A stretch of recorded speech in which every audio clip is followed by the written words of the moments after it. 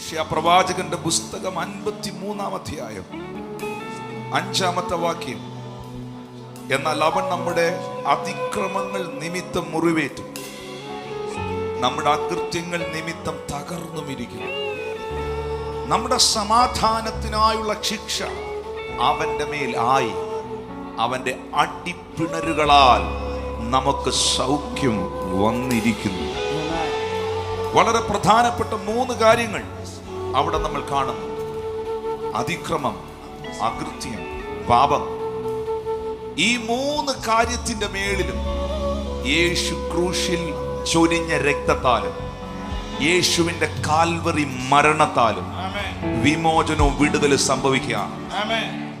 N പാപങ്ങൾ നോക്കാതെ ആ മുഖത്തെ മറച്ചോനെ, എൻ ലംഘനമെണ്ണാതെ കൃപയാൽ നിറച്ചോനെ, എൻ പാപങ്ങൾ നോക്കാതെ ആ മുഖത്തെ മറച്ചോനെ, എൻ ലംഘനമെണ്ണാതെ കൃപയാൽ നിറച്ചോനെ.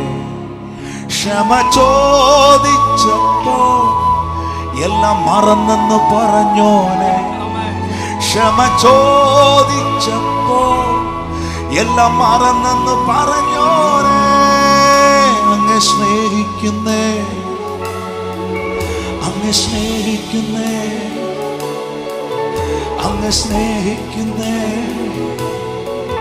അങ്ങ് സ്നേഹിക്കുന്നേ, അങ്ങ് സ്നേഹിക്കുന്നേ, അങ്ങ് സ്നേഹിക്കുന്നേ, അങ്ങ് സ്നേഹിക്കുന്നേ, അങ്ങ് സ്നേഹിക്കുന്നേ. എന്താണ് ആ വരിയുടെ അർത്ഥം എന്നറിയാവോ? എവിടെയാണ് പിതാവ് തന്റെ മുഖത്തെ മറച്ചതെന്നറിയാവോ? പുത്രൻ ക്രൂശിൽ കിടക്കുമ്പോൾ. ക്രൂശിൽ കിടക്കുന്നത് ദൈവപുത്രനാണ്. ക്രൂശിൽ കിടക്കുന്നത് നമ്മുടെ മുൻപിൽ, നമ്മുടെ കണ്ണിൽ യേശു ക്രിസ്തു, നമ്മുടെ രക്ഷിതാവും വീണ്ടെടുപ്പുകാരനുമായ ദൈവമാണ്. പക്ഷെ പിതാവിന്റെ മുൻപിൽ അല്പസമയത്തേക്ക് ആ ക്രൂശിൽ കിടക്കുന്നത് ഞാനെന്ന പാപിയാണ്. ഞാൻ ഒന്നുകൂടെ ആവർത്തിക്കുന്ന ശേഷനെ, ക്രൂശിൽ പിതാവിന്റെ മുൻപിൽ പിതാവ് കാണുന്നത് പുത്രനെ അല്ല, ആ സമയത്ത് ഒരു കൊടിയ പാപിയാണ്. അതുകൊണ്ടാണ് 2 കൊരിന്ത്യർ 5:21 ബൈബിൾ പറയുന്നത്, പാപം അറിയാത്തവനെ നാം അവനിൽ നീതിയാകേണ്ടതിന് അവൻ നമുക്ക് വേണ്ടി പാപമാക്കി. Jesus Christ is not a sinner, he is the son of God. Yesu ദൈവപുത്രനാ. അവനിൽ പാപത്തിന്റെ കണിക പോലും ഇല്ല. പക്ഷെ പാപം അറിയാത്തവനെ നാം അവനിൽ പറഞ്ഞേ, ഞാൻ യേശുവിൽ ഉണ്ടായിരുന്നെന്ന് പറഞ്ഞേ, ഞാൻ യേശുവിൽ ഉണ്ടായിരുന്നു, ഞാൻ യേശുവിൽ ഉണ്ടായിരുന്നു. നാം അവനിൽ ദൈവത്തിന്റെ നീതിയാകേണ്ടതിന്, എന്നെ നീതീകരിക്കേണ്ടതിന്, എന്നെ വിശുദ്ധീകരിക്കേണ്ടതിന്, എന്റെ പാപി ടിനു ജോർജ് എന്ന പാപി, ഷിജിൻ എന്ന പാപിയുടെ ടൈറ്റിൽ മാറി മകനും അവകാശിയുമാകേണ്ടതിന് അവനെ പിതാവ് പാപമാക്കി. ഗലാത്യർ 3:13 പറയുന്നു, അവനെ ശാപമാക്കി. മരത്തിന്റെ മേൽ തൂങ്ങുന്നവനെല്ലാം ശപിക്കപ്പെട്ടവൻ എന്ന് എഴുതിയിരിക്കുന്നത് പോലെ ക്രിസ്തു നിനക്ക് വേണ്ടി ശാപമായി.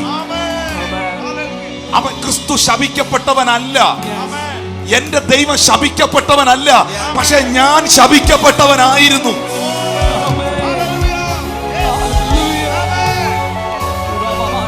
എന്നെ അനുഗ്രഹിക്കാൻ അവൻ ശാപമായി. എന്റെ ദൈവം പാപി അല്ലായിരുന്നു, എന്റെ കർത്താവ് പാപി അല്ലായിരുന്നു, പക്ഷെ അവന് വേണ്ടി എന്നെ വിടുവിക്കാൻ അവനെ പാപമാക്കി.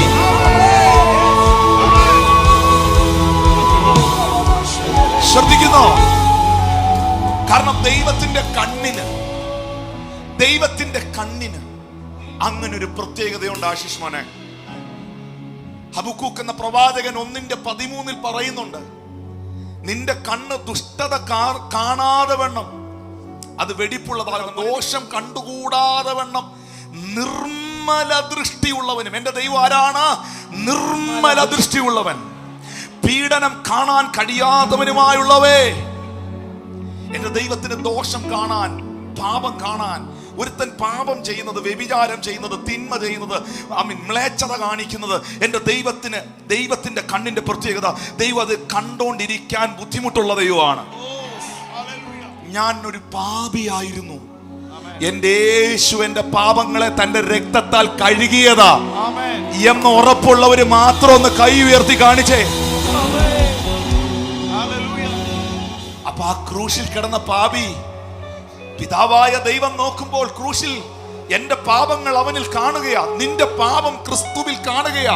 നീ ചെയ്ത അകൃത്യങ്ങളും അതിക്രമവും അവനിൽ കാണുകയാ. അപ്പായിക്ക് നോക്കി നിൽക്കാൻ പറ്റുന്നില്ല.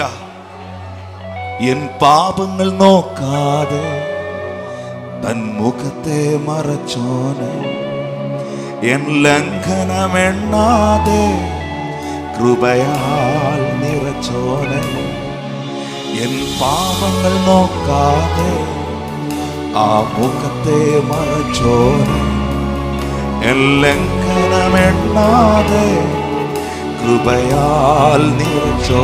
അടുത്ത വരി ഞെട്ടിക്കുന്നതാ. ക്ഷമ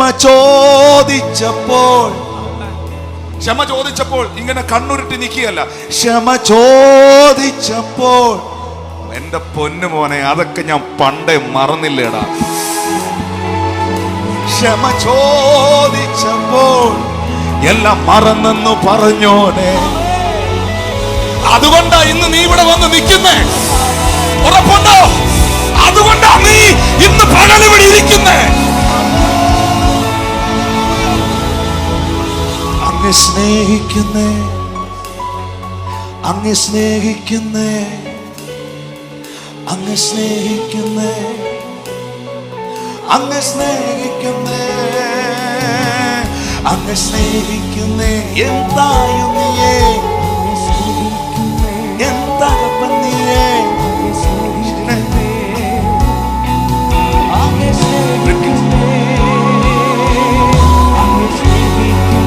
എന്നമ്മായേ,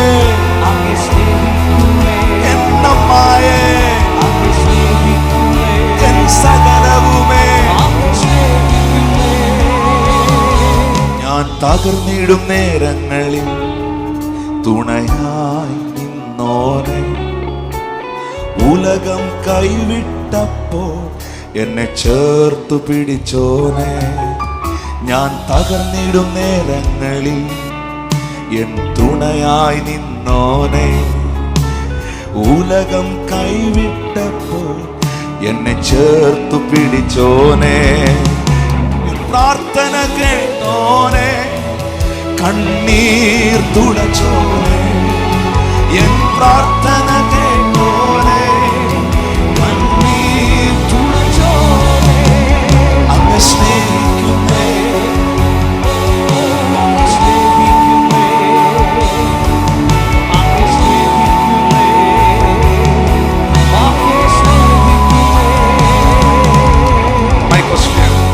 പാപങ്ങൾ നോക്കാതെ ആ മുഖത്തെ മറച്ചോനെ, എൻ ലംഘനമെണ്ണാതെ കൃപയാ നിറച്ചോനെ. ക്ഷമ ചോദിച്ചപ്പോ എല്ലാം മറന്നെന്ന് പറഞ്ഞു. ക്ഷമ ചോദിച്ചു എല്ലാം മറന്നെന്ന് പറഞ്ഞോനെ. അങ്ങ് സ്നേഹിക്കുന്നേ, അങ്ങ് സ്നേഹിക്കുന്നേ. ഉള്ളതീന്ന് പാടിയേ, ഉള്ളതീന്ന് പാടിയേ.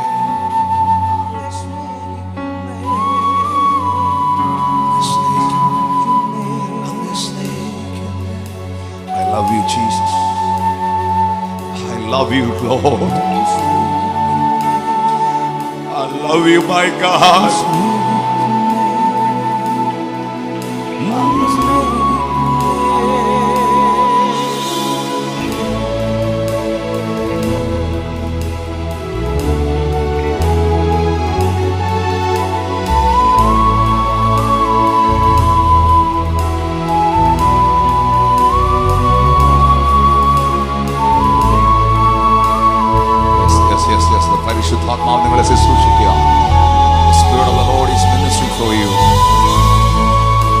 Spirit is ministering for you right now.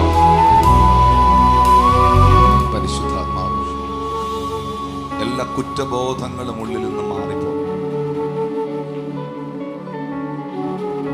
എല്ലാ ഭാരങ്ങളും ഉള്ളിൽ നിന്ന് മാറിപ്പോകും. എല്ലാ ആകുലതകളും ഉള്ളിൽ നിന്ന് മാറിപ്പോകും. എല്ലാ സംശയങ്ങളും ഉള്ളിൽ നിന്ന് മാറിപ്പോകും. എല്ലാ വേണ്ടാത്ത ചിന്തകളും ഉള്ളിൽ നിന്ന് മാറിപ്പോകും. ഇവരുടെ മൈൻഡിനോട്, ഇവരുടെ ചിന്തകളോടുള്ള ആക്രമണങ്ങൾ, ഇവരുടെ മൈൻഡിനോടുള്ള അറ്റാക്കുകൾ യേശുവിന്റെ നാമത്തിൽ ഇപ്പോൾ പൊട്ടിപ്പോകട്ടെ.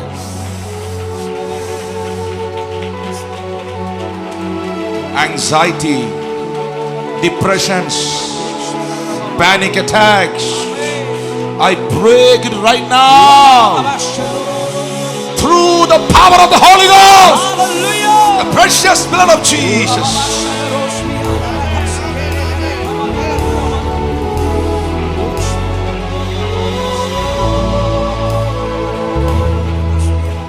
എൻ്റെ അടുത്തൊരു സഹോദരൻ ചോദിച്ചു, പാസ്റ്റർ, ദൈവം എന്നെ കൈവിട്ടു, ദൈവം എന്നെ കൈവിട്ടു. അപ്പം ഞാൻ പറഞ്ഞു, ഇല്ല ബ്രദറെ, ദൈവം നിന്നെ കൈവിട്ടിട്ടില്ല.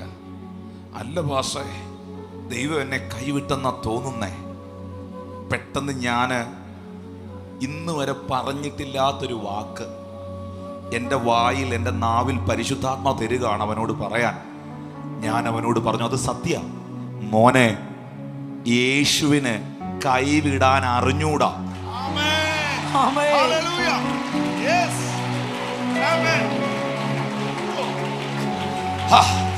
കൈവിടാൻ അറിയാത്തവൻ എങ്ങനെ കൈവിടുന്നേ? ഞാൻ തകർന്നിടും നേരങ്ങളിൽ എൻ തുണയായി നിന്നോനെ, ഉലകം കൈവിട്ടാലും എന്നെ ചേർത്തു പിടിച്ചോനെ, എൻ പ്രാർത്ഥന കേട്ടോനെ, കണ്ണീർ തുടച്ചോനെ, എൻ പ്രാർത്ഥന കേട്ടോനെ, കണ്ണീർ തുടച്ചോനെ, അങ്ങ് സ്നേഹിക്കുന്നേ, അങ്ങ് സ്നേഹിക്കുന്നേ, അങ്ങ് സ്നേഹിക്കുന്നേ, അങ്ങ് സ്നേഹിക്കുന്നേ. അടുത്ത് നിൽക്കുന്ന ആളിനോട് പറഞ്ഞേ, കൈവിടാൻ അറിയാത്ത ദൈവം നിന്നെ കൈവിട്ടെന്ന് പറയുന്നത് മണ്ടത്തരമല്ലേ? പറഞ്ഞേ, കൈവിടാൻ അറിയാത്ത ദൈവം നിന്നെ കൈവിട്ടെന്ന് പറയുന്നത് മണ്ടത്തരല്ലേ? പെരുവെള്ളം കവിഞ്ഞു വരുമ്പോൾ അത് നിന്റെ മീതെ ഒഴുകുകയില്ല. തീയിലൂടെ നടന്നാൽ നിന്റെ കാല് വെന്തുപോകുകയില്ല. അഗ്നിജ്വാലകൾ നിന്നെ ദഹിപ്പിക്കുകയില്ല. ഓ, പെരുവെള്ളം നിന്റെ മേലെ ഒഴുകുകയില്ല. ഇതാ ഞാൻ നിന്നെ എന്റെ ഉള്ളം കരങ്ങളിൽ വഹിച്ചിരിക്കുന്നു. ഭയപ്പെടേണ്ട, ഞാൻ നിന്റെ കൂടെയുണ്ട്. ഭ്രമിച്ചു നോക്കേണ്ട, ഞാൻ നിന്റെ ദൈവമാകുന്നു. ഞാൻ നിന്നെ ശക്തീകരിക്കും, ഞാൻ നിന്നെ സഹായിക്കും. എന്റെ നീതിയുള്ള വലം കരം കൊണ്ട് ഞാൻ നിന്നെ താങ്ങും.